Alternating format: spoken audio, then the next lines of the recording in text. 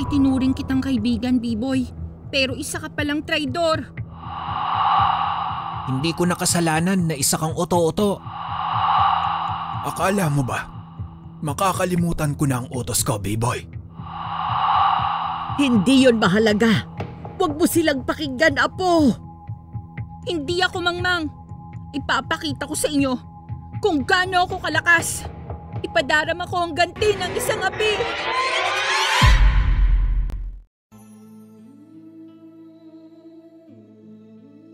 Tahimik at payapa ang buhay ng maglolang sina Lola Sela at Leia sa kanilang munting kubo na yari sa kawayan at pawid.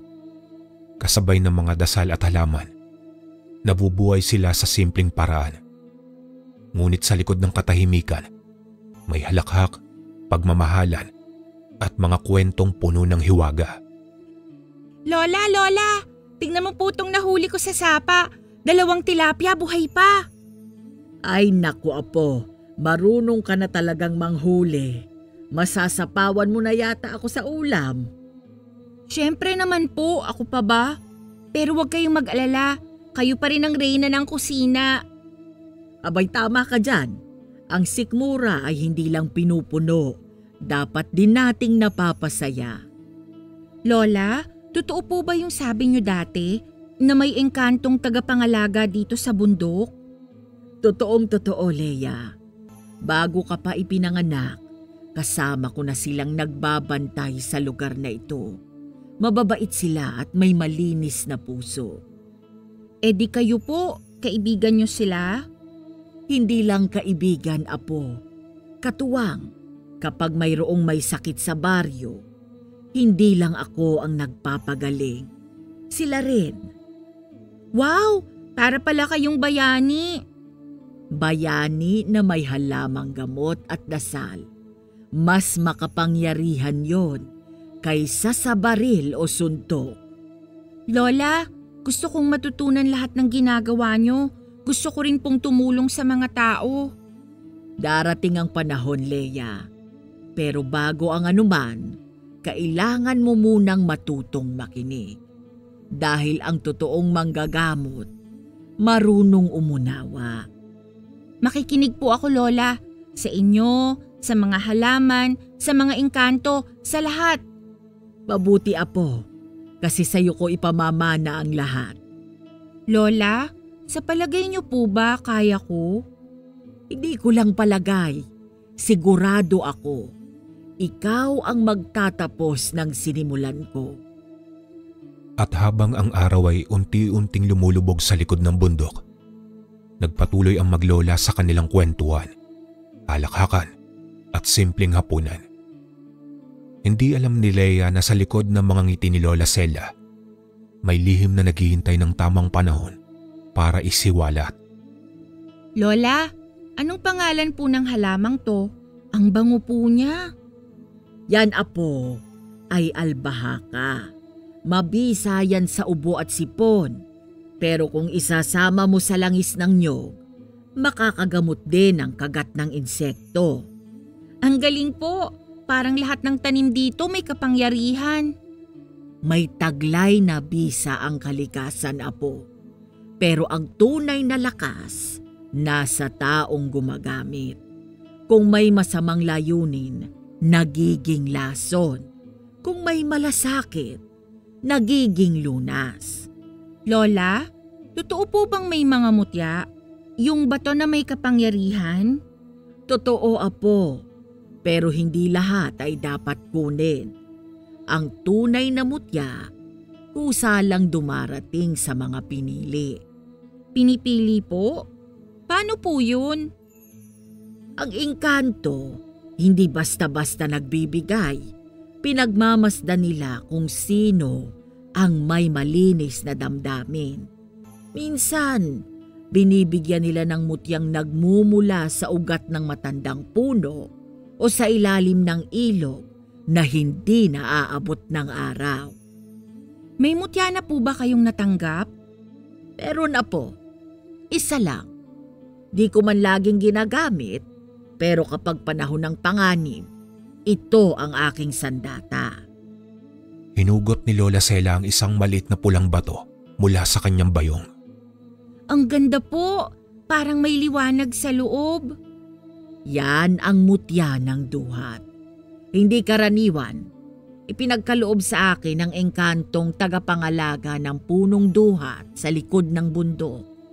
Kapag pinagsama ang tamang dasal at halamang gamot, kaya nitong alisin ang lason sa katawan. Lola, gusto ko pong magkaroon ng ganyang mutya para makatulong din po ako katulad ninyo. Darating ang panahon, apo. Pero tandaan mo, ang pinakamakapangyarihang mutya ay ang pusong hindi nagsisinungaling at ang loob na hindi natatakot magmahal kahit sa kaaway. Hindi po ba nakakatakot, Lola? Lalo na kung ang mga kalaban gaya ni Sendong? Oo, nakakatakot. Pero tandaan mo, hindi lahat ng laban ay kailangang dahas. Minsan, dasal lang at dasal at tiwala sa gabay ng mga hindi nakikita. Sa gabing iyon, habang tahimik ang paligid at dumarampi ang lamig ng hangin sa kawayan ng kanilang dingding, napuno ang puso ni Leia ng bagong pag-asa. Hindi lang pala galing sa dugo ang kapangyarihan, kundi sa kaalaman, tiwala at kabutihan ng loob. Masaya at magaan ang pakiramdam ni Leia matapos ang pag-uusap nila ng kanyang Lola Sela kagabi. Dahil dito, nagpasya siyang maglaro sa paborito niyang lugar, ang tabing ilog sa may likod ng kakahuyan, kung saan madalas siyang manghuli ng tutubi at manood ng isdang lumalangoy. Hala, ang daming tutubi ngayon. Huwag kayong masyadong mabilis. Lumod siya at sinubukang hulihin ng isa. Uy, nahuli mo ba? Ang bilis ng mga yan, no? Sino ka? Bakit nandito ka? Ako si B-Boy. Galing ako sa kabilang baryo. Napadayo lang ako dito. Naghahanap ako ng mga halamang gamot. Ikaw? Ako si Leia. Dito ako nakatira. Sa may paanan ng bundok. Doon sa kubo. Kasama ang lola ko. Ah, ikaw pala yung apo ni Albularyang Sela. Kilala siya sa amin. Sabi ng iba, kayang bumuhay ng patay. Hindi naman, pero magaling talaga si Lola. Mabait pa. Marunong siyang gumamit ng mga halaman at may mutya siya. Napahinto si Leia. Napagtantong baka nasabi niya ang hindi dapat. Mutya? Anong mutya? Wala. Biro lang. Baka magalit si Lola kung makulit ako. Ayos lang. Hindi ko naman ipagsasabi. Gusto ko lang din matuto. Hindi ko rin kilala masyado ang tatay ko. Lagi kasi siyang abala sa kung ano mang ginagawa niya. Kaya ako, gala lang din. Ganon din ako minsan. Gala ako pero pinapagalitan ako ni Lola kapag gabi na tapos wala pa ako. Sabay na natawa ang dalawang bata. Magkaibigan na tayo ha. Baka pwede mo akong turuan sa mga alam mo. Sige kung payag si Lola, pero wag mo siyang kakausapin habang galit. Nakakatakot siya kapag may hawak siyang palaspas. Talagang hahabulin ka niya. Ayoko ngang mapalo ng palaspas. Kaya magpapakabait ako. Ang sakit kaya nun, babakat talaga. Hindi alam ni Leia na sa likod ng mabait ng ngiti ni B-Boy ay may lihim. Ang lihim na iyon, sa darating na mga araw ay magiging sanhi ng pagyanig ng mundong kanyang kinagisnan. Matapos ang araw na iyon, nagsimula na si Leia na isama si B-Boy sa kanilang bahay at ipinakilala niya ito kay Lola Sela. B-Boy, dito mo itanim yung yerba buena. Huwag masyadong malapit sa siling labuyo, baka hindi sila magkasundo. Pati pala halaman may tampuhan. Akala ko tao lang ang may ganyan. Sa'yo ko lang yan nalaman, Leia. Sabi ni Lola, ang bawat halaman may espiritu, kaya dapat marunong tayong makiramdam. Tama yan, Leia. At ikaw naman, B-Boy, mukhang mabilis kang matuto. Ilang araw ka pa lang dito, parang parte ka na ng bakuran. Maraming salamat po, Lola Sela. Masarap po kasi dito, tahimik. Mabango ang halaman at hindi ako pinapagalitan. Huwag mo lang sirain ang tiwala namin, B-Boy. Dahil kapag nalaman kong ikaw ay may lihim na masama, hindi halaman ang ipapakain ko sa'yo, kung hindi palaspas at bawang. Sabi sa'yo, B-Boy huwag kang magpapatawa kapag hawak ni Lola ang tsaa. Lahat nadidinig niya. Opo, Lola. Wala naman po akong masamang balak. Gusto ko lang pong matuto at makatulong. Kung gayon, buksan mo ang puso't isipan mo. Dahil ang tunay na manggagamot, hindi lang sa gamot umaasa, kundi sa pakiramdam at paniniwala. Lola, pwedeng turuan na natin si B-Boy ng paggawa ng langis na panlunas sa pilay? Sige, pero kayong magdidikdik ng dahon ng sambong. Akong bahala sa dasal. Habang nagtatawanan at nagtutulungan, sa di kalayuan, isang anino ang nanonood mula sa kagubatan. Walang iba kundi si Sendong. Sa araw-araw na pagdalaw ni B-Boy, lalong lumalim ang tiwala ni Leia. Ngunit sa bawat pagtawa at tulong na iniaalok, may mas malalim na dahilan. Ang lihim ni B-Boy ay hindi para tumulong, kundi para sirain ang tiwalang itinanim. Lola, si B-Boy po kanina muntik nang mahulog sa punong papaya. Sabi ko wag siyang umakyat. Ayun, nagalusan tuloy siya. Sige ka, Leia, isusumbong kita. Ikaw kaya yung nagsabi ng sige. Akyat na kung kaya mo. Syempre, hindi ko papayagang sabihin duwag ako. Abay, kung lahat ng pinapagawa sa'yo ay gagawin mo, mapapahama ka talaga. Kaya dapat mag-iingat ka. Lola naman huwag mong takutin si B-Boy. Lola Sela, totoo po ba talaga na may mga engkanto sa likod ng bundok? Hindi mo sila makikita kung hindi ka nila gustong makita. Pero kapag naramdaman nila na totoo ang puso mo, kusa silang lalapit. Kaya po pala tahimik dito na parang may bantay palagi. Sabi ni Lola, minsan daw may malamig na hangin kahit tirik ang araw. Yun daw ang engkanto na dumadaan. At kapag ang isang bata ay may galang, mararamdaman niya yon bilang yakap. Pero kapag may masamang balak, para kang sinusuntok ng hangin. Isa kang masipag na bata, B-Boy. Hindi lahat ng dumarayo ay tinatanggap ko sa aking tahanan. Pero ikaw, nararamdaman kong may kabutihan sa puso. O diba, B-Boy? Sabi ko sa'yo mabait si Lola Kapag tinuruan ka na niya ng pagbulong, ibig sabihin, mahal ka na niya. Huwag kayong masyadong maingay sa pagbulong. Baka marinig ng hangin. Pangarap ko na rin pong maging katulad ninyo. Yung tinutulungan ng iba gamit ang kaalaman, hindi armas. Sama ka sa amin tuwing Sabado. Namimigay si Lola ng halamang gamot sa mga matatanda sa kabilang purok. Seryoso? Sige, gusto ko yun.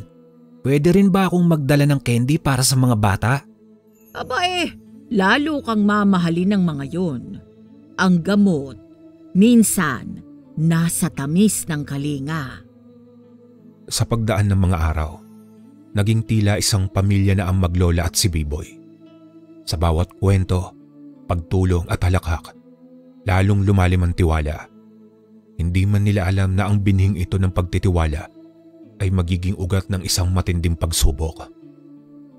Lola Sela, totoo po ba talagang may mutya kayo? Bakit mo naitanong, iho? Bakit parang interesado ka? Wala lang po, kanina kasi may nakita akong kwintas ni Leia na parang kumikislap.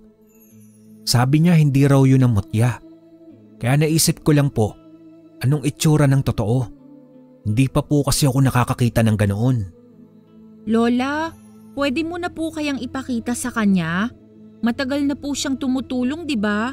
At saka napatunayan naman na sa atin ni B-Boy ang kanyang sarili. Hindi ako basta nagpapakita ng mutya kahit kanino. Pero dahil sa ilang linggo mo ng pakikisama, nararamdaman kong marunong kang mag-ingat ng lihim, B-boy. Tumayo si Lola Sela at pumasok sa loob ng kubo. Maya-maya bumalik siya at may hawak na maliit na sisidlang gawa sa nyog. Ito ang mutya ng duhat. Hindi ito basta bato. Isa itong gabay. Regalo ng mga engkanto sa mga manggagamot na tunay ang layunin. Dahan-dahan niyang binuksan ang sisidlan. Lumiwanag ang loob. Isang pulang bato na tila may apoy sa kaibuturan. Ang ganda! Parang buhay na ilaw. Ganito pala ang itsura ng mutya. Sabi ko sa'yo, B-boy eh. Di ba parang may kaluluwa? Lola Sela, ano pong ginagawa ng mutyang yan? Ano ang kakayahan na meron ng mutya? Hindi lang ito panlunas. Sa oras ng panganib, ito rin ay proteksyon. Ngunit may kapalit kapag ginamit mo ito sa kasinungalingan o sakim na layunin. Tiyak na babalik sa'yo ang sumpa. Sumpa? Mayroon palang ganun. Akala ko kwento lang. Oo, dahil ang mutya ay hindi para sa sariling kapangyarihan. Para ito sa paglilingkod at pagprotekta laban sa kasamaan. Kaya nga si Lola hindi niya basta ginagamit yan. Kapag buhay na ang kapalit, saka pa lang niya inilalabas. Salamat po Lola Sela sa tiwala. Pangako, hindi ko ito ipagsasabi at hindi ko ito sasamantalahin. Ngunit sa likod ng kanyang mata, may kumikislap na ibang hangarin. Sa tahimik na gabi, habang pinapaypayan ng hangin ng amoy ng lampara, may apoy ding unti-unting nabubuhay sa puso ni B-boy. Apoy ng pagnanasa sa kapangyarihan hindi para sa kanya. Sa ilalim ng liwanag ng buwan, lumakad si B-boy sa madamong daan. Sa bawat yapak, ramdam niya ang bigat ng kanyang iniisip. Ang ngiti niya sa araw ay unti-unting napalitan ng seryoso at malamig na anyo. Mula naman sa isang liblib na bahagi ng gubat, tumigil si B-boy.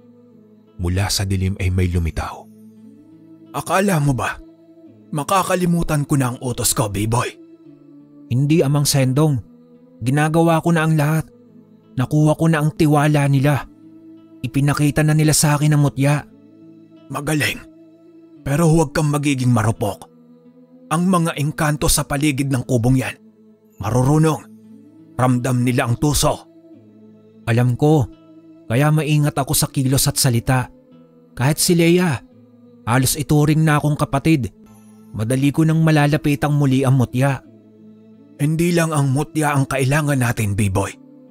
Kailangan natin ng dasal, ang bulong ni Sela. Yun ang tunay na susi. Ang mutya ay walang silbi kung wala ang panalangin na nagbibigay buhay dito. Ha? Ibig sabihin, kailangan kong alamin ang bulong? Pero paano?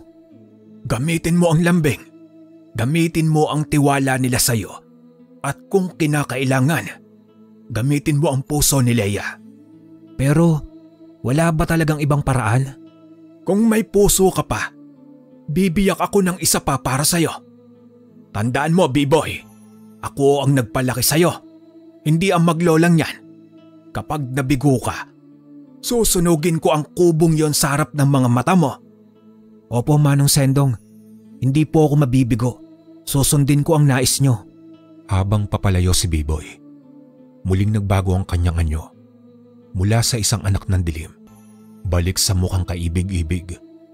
Ngunit sa kanyang dibdib, nagsisimula ng magsalungat ang kanyang dalawang tinig.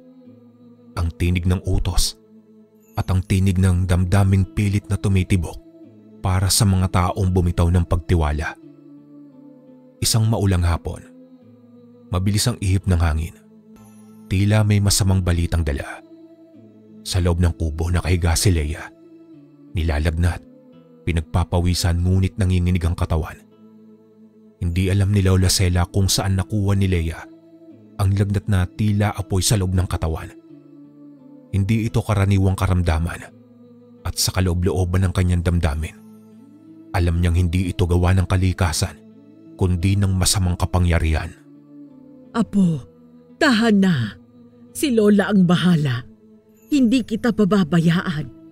Lumabang ka. Nandito lang ako para sa'yo. Lola, ang sakit. Ang lamig. Ano pong nangyari kay Leia, Lola Sela? Bakit po siya nakahiga?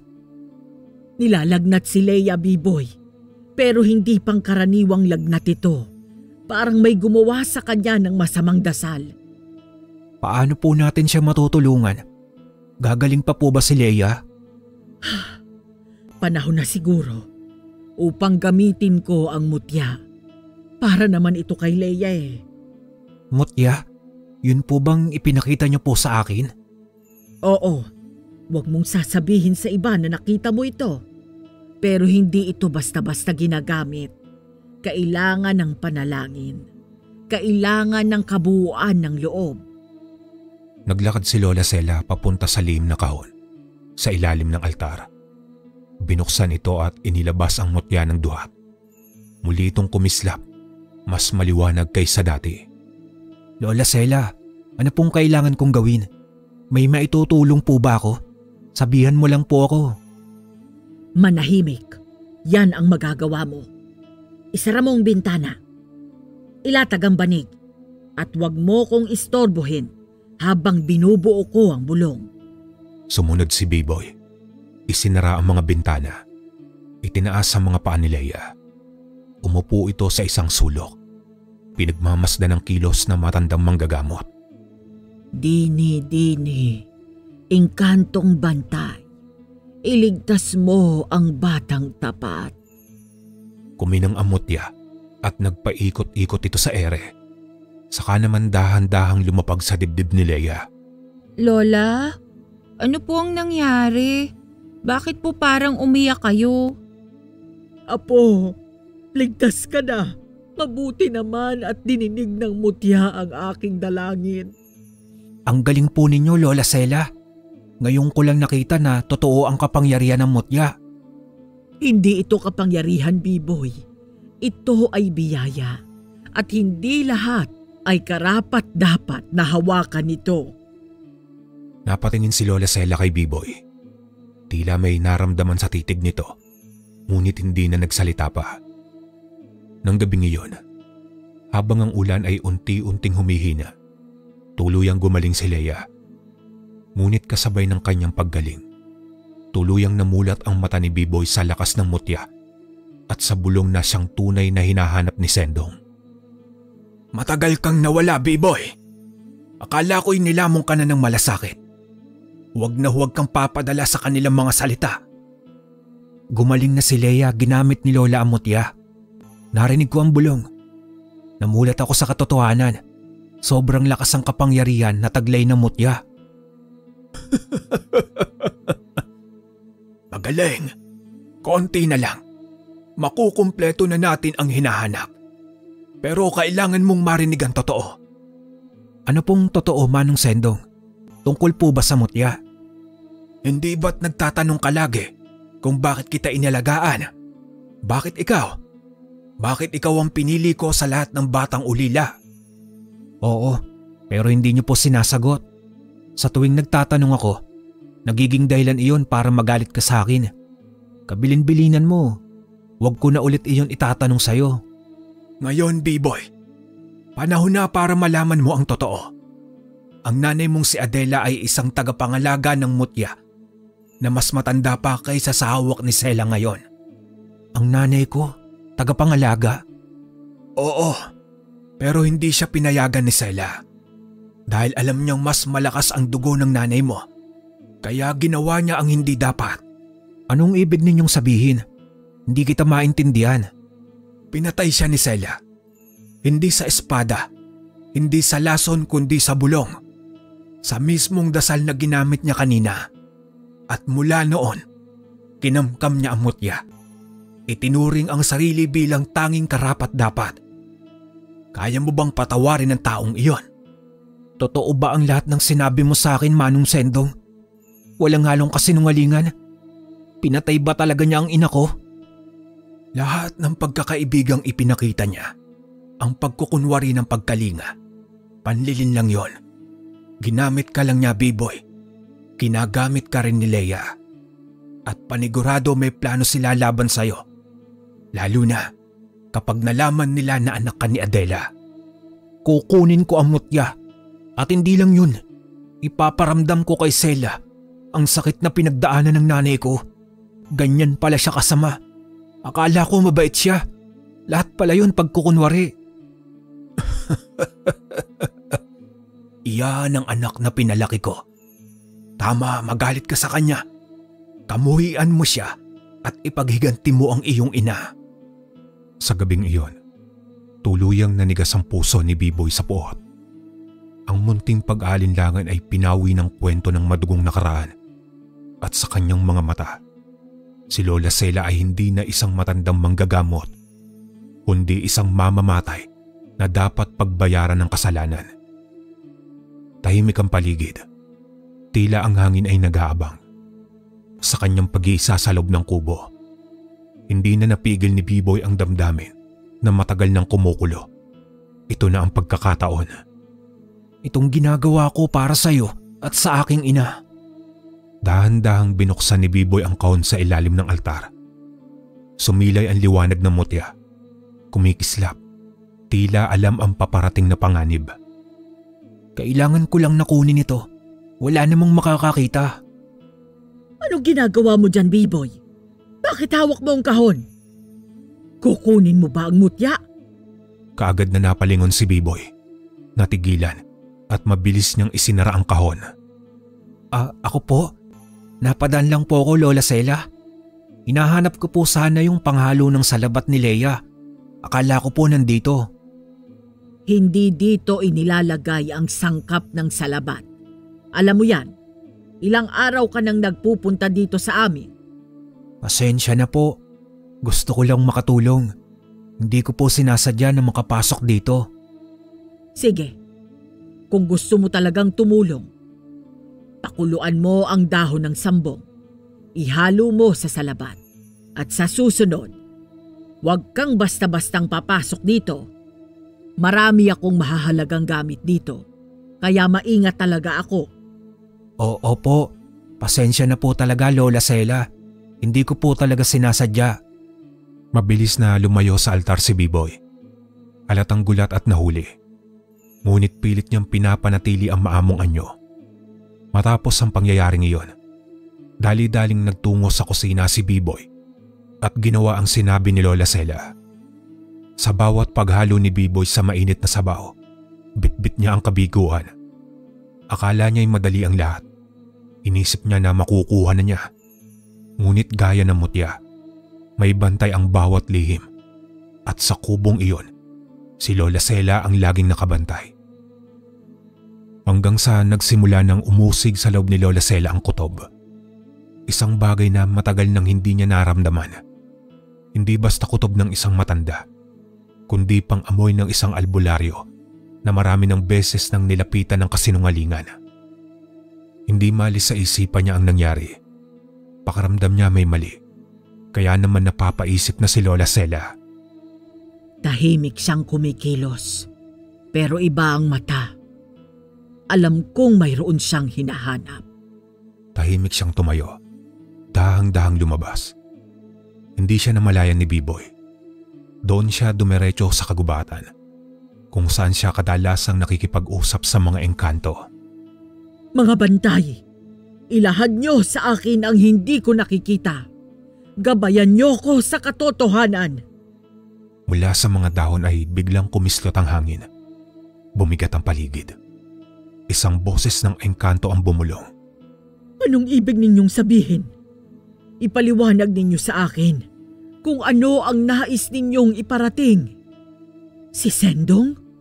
Kinagamit niya si B-boy? Bakit? Anong layunin niya? Bumalik si Lola Sela sa kubo na mas lalong nag-aalalang hindi niya maipaliwanag.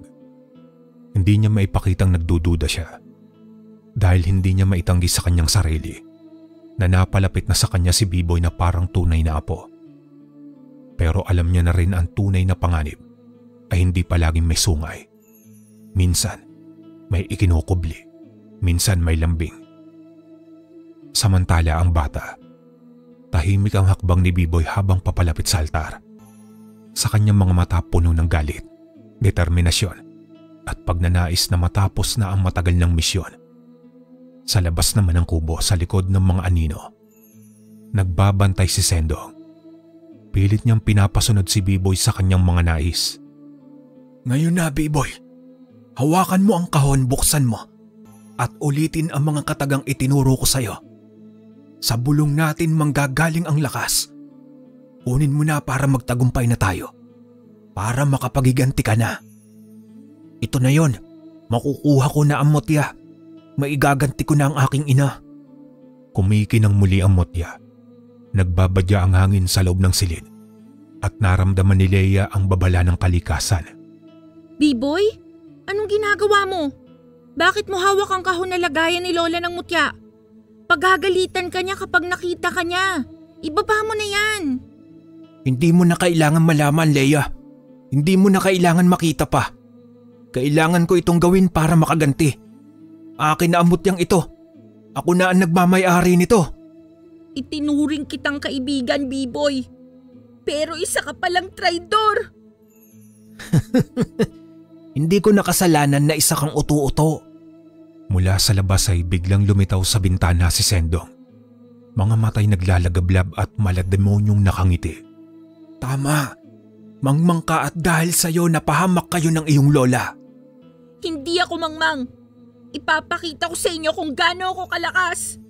Ipadaram ako ang ganti ng isang api. Tumalon si Leia at sinubukan niyang agawin ang mutya mula kay Biboy. Nagkagulo sila. Natumba ang mga banggera. Lumipad ang mga dahon at biglang kumislap ang mutya sa hangin. Akin yan. Para sa ina ko. Igaganti ko siya. Pinatay ni Sela ang aking ina.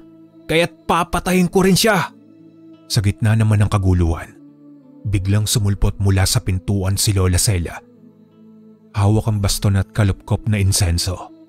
Hindi mo pa alam ang lahat, Biboy. Inikutan ni Lola Sela ang mutya. Sinambit ang dasal sa ilalim ng hangin at seryoso ang kanyang aura. Magsara, liwanag, magbalik sa tapat. Hindi sa dilim, dapat mapunta ang lakas. Mutyang ipinagkaloob sa akin. Bumalik sa tunay na nagmamay-ari. Biglang sumiklab ang liwanag. Napatras si Biboy. Natapon sa sahig. Nahulog ang mutya sa kamay niya at sinalo ito ni Lola Sela. Hindi pa ito tapos, Sela. Isang araw, ang lakas ay kusaring lalapit sa kadiliman. Hindi ako titigil hanggat hindi namin nakukuha ang mutya. Ipinaghiganti ko lang ang ina ko. Pinatay mo siya, Sela. Tinanggalan mo ko ng karapatan na maging masaya. Dahil pinatay mo ang aking mahal na ina, wala kang puso. Hindi mo alam ang buong kwento. Hindi ako ang pumatay sa ina mo. Pero hindi dito matatapos ang katotohanan. Alam kong lalabas din ang totoo dahil walang sikretong hindi nabubunyag. Nang gabing iyon ay nabunyagan tunay na anyo ni Biboy. Ang mutya, halos mawala sa pangangalaga ng maglola. Ang tiwala ay tuluyang nawasak. Ngunit isang bagay ang nanatili. Ang tapang ni Leia na sa murang edad ay tumindig para sa katotohanan. Matapos ang pangyayaring iyon, tumakas sina Biboy at Sendong. Hindi naman maalis sa isipan ni Leia ang tungkol sa mga sinabi ng kaibigan. Lola, totoo bang ikaw ang pumatay sa nanay ni Biboy? Nais ko pong malaman ang totoo mula sa'yo. Hindi, Apo. Hindi ako ang pumatay. Pero hindi rin ako inosente. Apo, makinig ka sa akin. Huwag sanang magbago ang respeto mo sa akin. Kilala ko si Adela. Ibig mong sabihin, kilala mo siya? Anong totoo? Oo, si Adela, ina ni Biboy. Isa siyang kagaya ko. Manggagamot. Mas bata siya sa akin, pero mas malakas sa espiritual. Matalino, matapang at matuwid. Pero bigla siyang nagbago. Pinaniwalaan niya si Sendong. Bakit po niya pinaniwalaan si Sendong? At bakit siya namatay? Hindi agad. Ngunit si Sendong, tuso. Hindi siya umaatake ng harapan. Pumupuno muna siya ng puwang sa puso ng tao ng selos, galit at pangamba.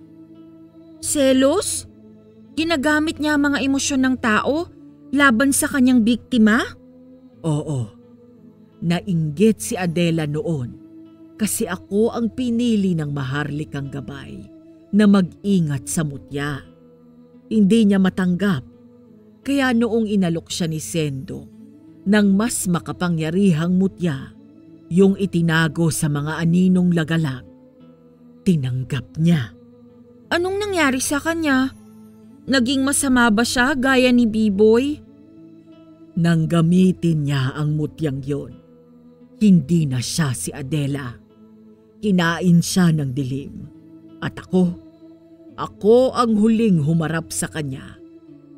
Naging malapit si Adela sa akin, kaya't hindi ko matanggap ang nangyari sa kanya. Nilabanan mo siya, Lola? Oo, hindi bilang kaaway. Bilang kapwa manggagamot, bilang kapatid sa sining. Sinubukan ko siyang ibalik, Leia. Sinubukan kong ipanumbalik ang liwanag sa kanya. At? Nagtagumpay po ba kayo, Lola? Nagawa mo ba siyang maibalik sa kabutihan o hindi? Hindi ko na siya naabutan. Ang katawan niya naging abo sa sariling sigalbot ng itim na bulong. Si Sendong ang pumatay sa kanya, Leia. Hindi ako ang may kasalanan sa pagkawala niya. Nilaso ni Sendong ang isipan ng iyong kaibigan at ginamit niya ito laban sa atin. Pero hindi yun alam ni B-Boy, kaya galit na galit siya sa iyo, Lola. At ayaw ni Sendong na malaman niya. Kasi galit ang sandata niya. At kapag nawalan si B-Boy ng dahilan para magalit, mawawala si Sendong sa anino. Lola, kailangan nating iligtas ang kaibigan ko. Sa paglabas ng katotohanan at masalimuot na nakaraan, muling lumapit ang maglola. Ngunit sa kabilang panig ng kagubatan, may matang nanonood at sa pusong puno ng sugat, patuloy na nilalaso ng kasinungalingan ang batang si B-Boy. Ang mga salitang akala niyang nagpapagulo sa isip niya, ngunit sa halip, nagbukas ng mga tanong na matagal niyang itinatago. Narinig ni B-Boy ang usapan ng maglola ng araw na iyon. At ngayon, hindi siya mapakali. Sinungaling si Sendong? Pero, bakit? Ginamit niya lang ba talaga ako? Kinabukasan, habang naghahanda si Leia ng agahan at si Lola Celia ay nasa likod bahay, palihim na lumapit si B-Boy sa kubo. Leia, kausapin mo ko. B-Boy, anong ginagawa mo dito? Galit ka pa rin ba kay Lola? Hindi ako nandito para makipag-away. Kailangan ko lang malaman ang totoo. Bakit ngayon mo lang naisip yan? Sana tinanong mo muna si Lola at pinakinggan mo siya. Narinig ko kayo kagabi. Ang kwento tungkol sa nanay ko at kay Sendong. Kailangan kong marinig mula kay Lola Celia ang buong kwento. Wala nang kasinungalingan. Ilang sandali ang lumipas. Biglang lumabas si Lola Celia mula sa likuran. Dala ang pinatuyong dahon ng sambong. Tumigil siya sa harap ni B-Boy. Kung totoo ang sinabi mo, anak, handa akong magsalita. Pero kailangan mong maging handa ring masaktan. Mas nasasaktan po ako sa kasinungalingan. Lalo na kung sa kanya pala galing ang lahat ng sakit. Mabuti yan. Kasi minsan, mas masakit ang katotohanan kesa sa kasinungalingan. Tumangulang si B-Boy. Pinapasok siya ng maglola at nagsimula si Lola Celia na maglahad. Noong ipinanganak ka, masaya si Adela. Ngunit nasa ilalim na siya noon ng bulong ni Sendong. Binigyan siya ng itim na mutya, mas malakas at mas mapanira. Sinubukan kong iligtas siya, pero hindi ako nagtagumpay. Nasira siya ng kasakiman. Kaya ka po nandun nung mamatay siya? Ibig mo po bang sabihin, mali ang lahat ng tinuran sa akin ni Sendong? Puro kasinungalingan ang kanyang inilahad? Oo. Ako ang huling humawak sa kamay niya bago siya mawala. Wala akong kayang gawin kundi isarang mata niya at ipangako na iingatan kita kung sakaling ikaw ay babalik. Pasensya na kung hindi agad kita nakilala. Lagi ko pong iniisip ikaw ang may sala, pero mali pala ako. Nagalit ako sa totoong wala namang kasalanan sa akin. Nilamon ako ng galit at tinraidor ko pa kayo dahil sa maling impormasyon na sinambit sa akin ni Sendong. Hindi ko siya mapapatawad. Paano niya nagawang magsinungaling sa akin? Siya pa naman ang itinuring kong ama. Hindi mo kasalanan, anak. Iyon ang gusto ni Sendong, ang ilayo ka sa katotohanan at ibulong sa'yo ang galit na hindi naman dapat. Nang gabing iyon ay hindi pa rin natapos ang sugat. Ngunit nagsimula na ang paghilom. At si Biboy, sa wakas sa unang beses na tumingin sa mata ng katotohanan at hindi ito iniwasan. Sa loob ng kubo, gabi na ng mga oras na iyon. Tahimik ang paligid. Ngunit sa gitna ng liwanag ng gasera, 3 anino ang nagsama-sama. Magkalaban kahapon, ngunit magkakakampi na ngayon. Kung totoo ngang kay Sendong galing ang lahat ng bulok na ito, kailangan tapusin na natin siya. Tama si Lola, Biboy. Kailangan handa tayo dahil hindi natin alam ang nasa isipan ni Sendong. At ako ang may dahilan para tumapos. Ako rin ang dahilan kung bakit siya nakalapit sa inyo. Gusto ko nang wakasan ito. Hindi tayo pwedeng magpadalos-dalos. Hindi sapat ang galit para manalo sa isang tulad ni Sendong. Kailangan gamitin natin ang hindi niya inaasahan. Ang pagsasanib ng liwanag ng mutya, tapang ng puso at ang lakas ng katotohanan. At yun ang meron tayo ngayon. Anong plano? Sabihin niyo lang sa akin at handa akong tumulong sa abot ng aking makakaya. Nais kong bumawi sa inyo dahil sa pagtataksil ko.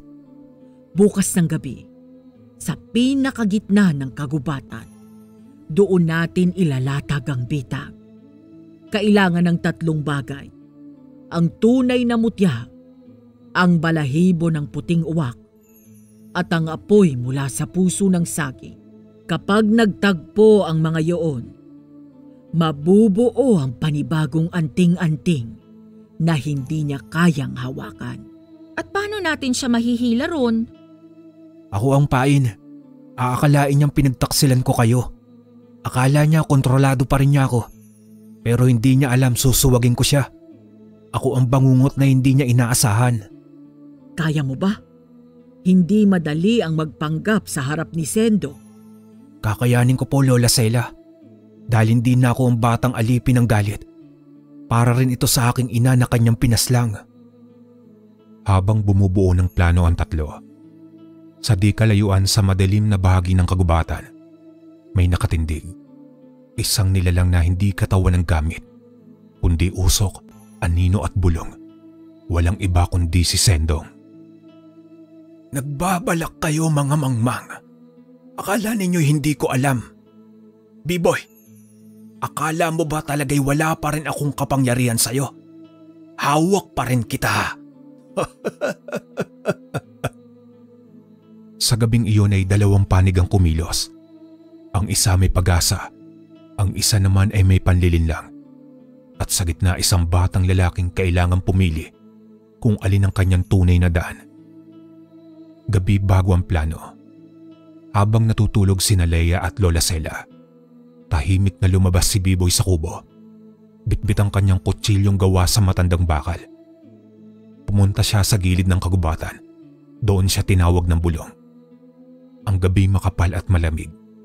Sa bawat hakbang ni Biboy, Parang may aninong sumusunod sa kanya. Hindi na siya kinakabahan. Handa siyang harapin ang kadilimang minsan niyang kinampihan. Bumalik ka, B-boy. Alam kong hindi mo kayang tiisin ang lakas na minsan mong natikman. Hindi ako bumalik para sumama. Bumalik ako para wakasan ka. Hindi mo na ako malilinlang, Sendong. Wakasan ako. Ako ang dahilan kung bakit ka pa nabubuhay. Kung wala ako, patay ka na noon pa man. Ako ang nagpalakas sa ina mo. Ako ang nagbigay sa kanya ng layunin. At ikaw rin ang pumatay sa kanya. Nagpatiwakal siya sa ambisyon. Hindi ko siya pinilit tulad mo, B-boy. Pinili mong sumama noon. At kahit ngayon, nararamdaman kong may galit ka pa rin. Gamitin mo yon tulad ng dati. Hindi ako katulad mo. Hindi na ako alipin ng galit. Umiyaw si Sendong at nagpalit ng anyo. Naging dambuhalang nilalang na may sungay at apoy ang mga mata. Kung gayon, mamamatay kang walang silbi. Wala kang utang na loob. Naglaban ang dalawa. Sumabay ang kidlat sa galit nilang dalawa. Sa lakas nila ay umuga ang mga lupa. Pero sa gitna ng kadiliman, lumilipad ang mga sanga at nagliyab ang mga damo. Ginamit naman ni B-boy ang kanyang bilis at tapang. Pilit na pinapainagan ang halimaw. Hindi mo ako matatalo, Sendong, dahil hindi ako nag-iisa. Walang makakapigil sa akin. Lahat kayo isisirain ko. Akin dapat ang mutya at lahat kayo mga inutil. Sa dulo ng labanan, biglang nagliwanag ang paligid. Dumating si Leia at Lola Sela, hawak ang mutya. Tinignan nila si B-boy na halos hindi na makatayo. B-boy! Lumayo ka dyan! Sa ngalan ng liwanag, tapusin natin ang anino. Nagtagpo ang tatlong puwersa. Ang tapang ng binata, ang lakas ng manggagamot, at ang paninindigan ng dalagita. Nang gabing iyon hindi pa tapos ang laban, pero sa unang pagkakataon na yanig si Sendong. Sa gitna ng gubat matapos ang sagupaan ni B-boy at Sendong, duguan hingal, ngunit buo ang loob ni B-boy. Dumating sina Leia at Lola Sela, ngunit alam niya na hindi para iligtas siya, kundi para iparamdam na hindi siya nag-iisa. B-boy, mabutit ligtas ka. Akala ko hindi ka na namin maaabutan eh. Halos hindi na nga, Leia. Pero naalala ko ang sinabi ni Lola na ang liwanag kailangan ipaglaban. At ginawa mo yon, anak. Malaki ang nilaban mo ngayong gabi, anak. Hindi pa po tapos. Nararamdaman ko, hindi pa siya buo. Pero mas malakas na siya kaysa dati.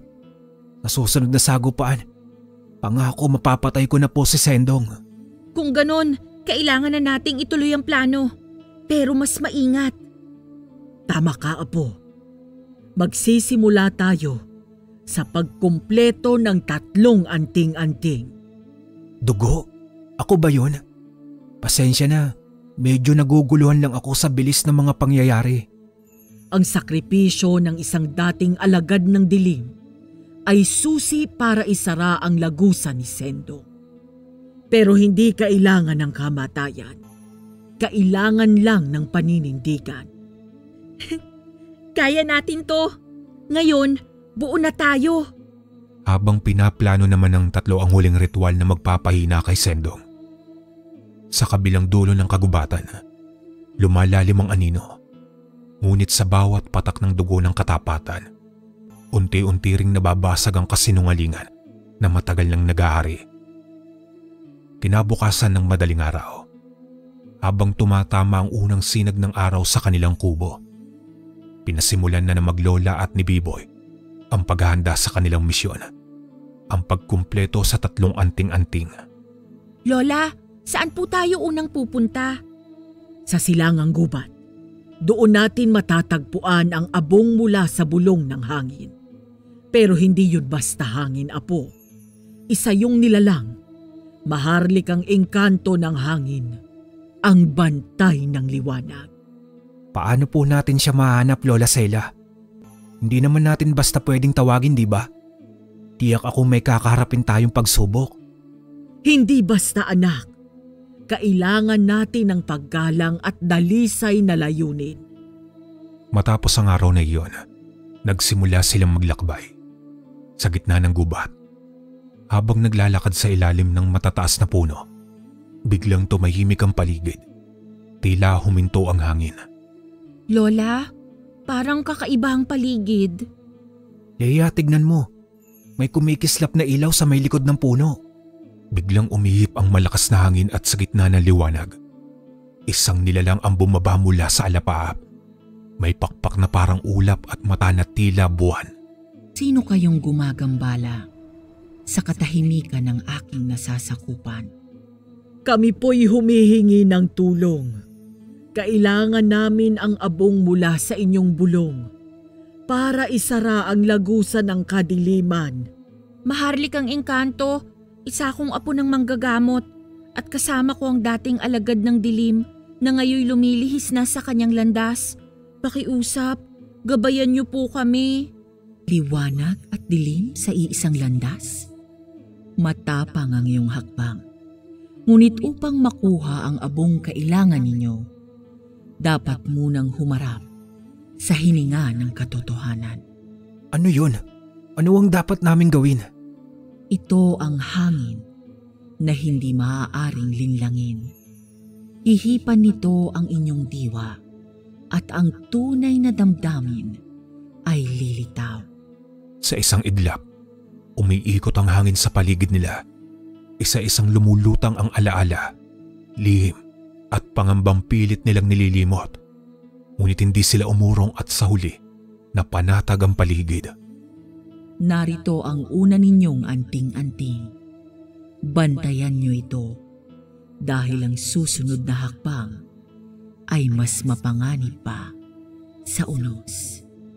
Maraming salamat po. Hindi namin kayo bibiguin.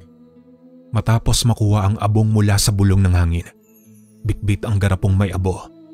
Patuloy na naglakad sina Biboy, Leia at Lola Sela patungo sa pusod ng kabundukan upang hanapin ang ikalawang anting-anting, ang mutyang may liwanag ng buwan.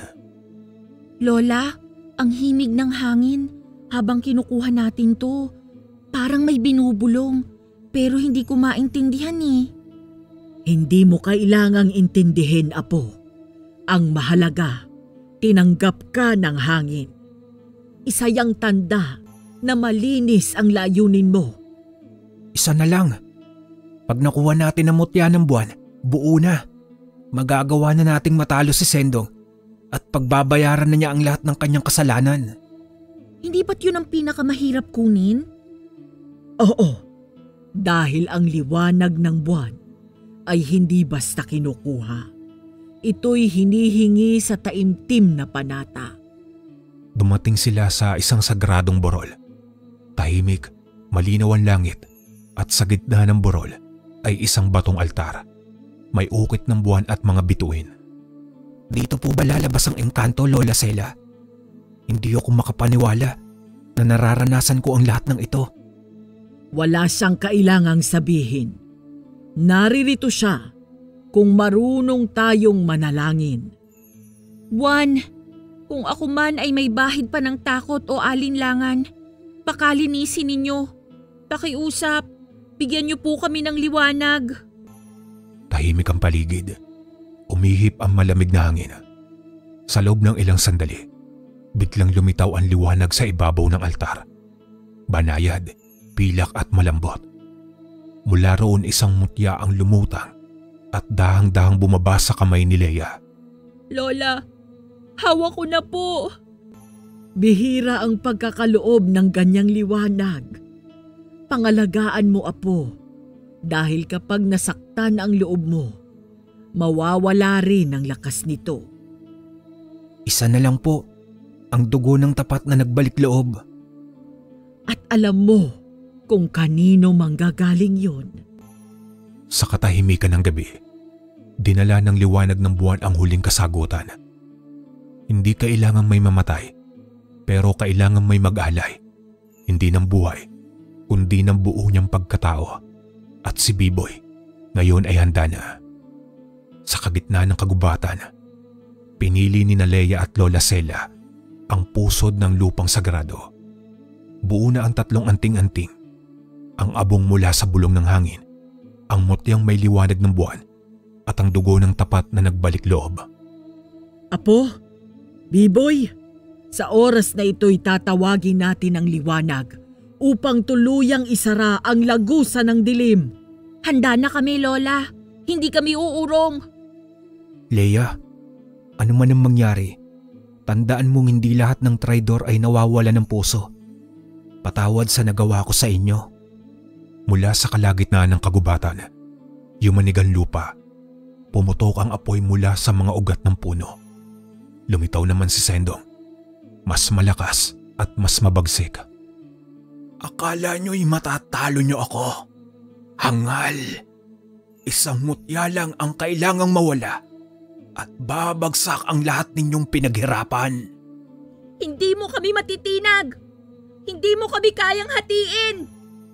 Kung ganon ay mamamatay ka na muna. Iisa-isahin ko kayo at ako ang mananaig sa huli. Lahat ng pangyayari parang bumagal. Habang papalapit ang mga kuko ni Sendong sa katawan ni Leia, isang katawan ang biglang humara. Tumama ang halimaw sa kanya. Si Biboy ay nagsakripisyo para sa kaibigan. Biboy! Walang iya ka, Sendong! Napakasama mo! Halimaw ka! Hindi! Hindi pa itong oras! Lumaban ka, Biboy! Leia, itinuring mo kong kaibigan. Kahit hindi ako karapat-dapat. Kaya ngayon, kapalit ang aking buhay. Bakit mo ito ginawa? Kasi hindi ka mangmang. Ikaw ang liwanag na hindi ko nagawang abutin noon. Sikapin yung matupad ang dating plano. Paalam at salamat. Matapos sambitin ni Biboy ang mga salitang iyon, tuluyang bumagsak ang kanyang katawan.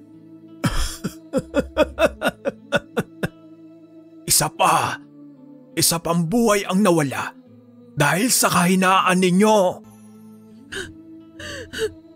Hindi ako mangmang. Ipapakita ko sa inyo kung gaano ako kalakas. Ipadarama ko ang ganti ng isang api.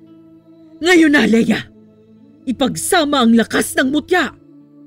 Nagliwanag ang buong paligid. Umikot ang hangin.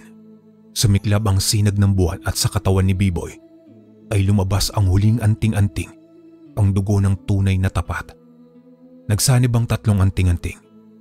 Tumawa ang liwanag kay Sendong. Napasigaw siya sa sakit at unti-unting natupok sa sariling dilim. Sa wakas, ang gabi ay tumahimik. Ang halakak ng kadiliman ay napalitan ng bulong ng hangin. Sa gitna ng lahat, isang batang babae ang nakatayo. Hawak ang mutya at isang pangalang inukit sa kanyang puso, si Biboy. Nagtagumpay silang matalo si Sendong. Ngunit ibinuwis ni Biboy ang kanyang buhay para sa kaibigan. Ilang buwan naman matapos ang labanan, tahimik na ang gubat. Sa maliit na kubo sa paanan ng bundok, muling bumalik sa simpleng pamumuhay sina Leia at Lola Sela. Ngunit may bagong lakas sa kanilang mga puso. Lola, lagi ko pong naiisip si Biboy. Kung hindi dahil sa kanya, baka hindi tayo umabot. Hindi siya namatay na traidor, Apo.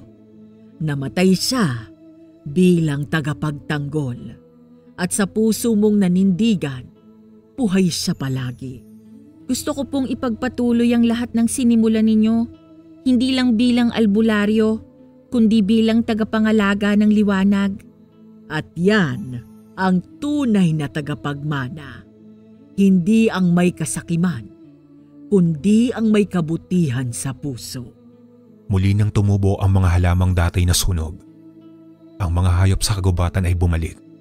Sa bawat dahon, may kasaysayang inukit. At sa bawat gabing sumisilip ang buwan, nanginginig ang alaala ng isang batang binuwis ang buhay. Hindi dahil sa utos, kundi dahil sa puso.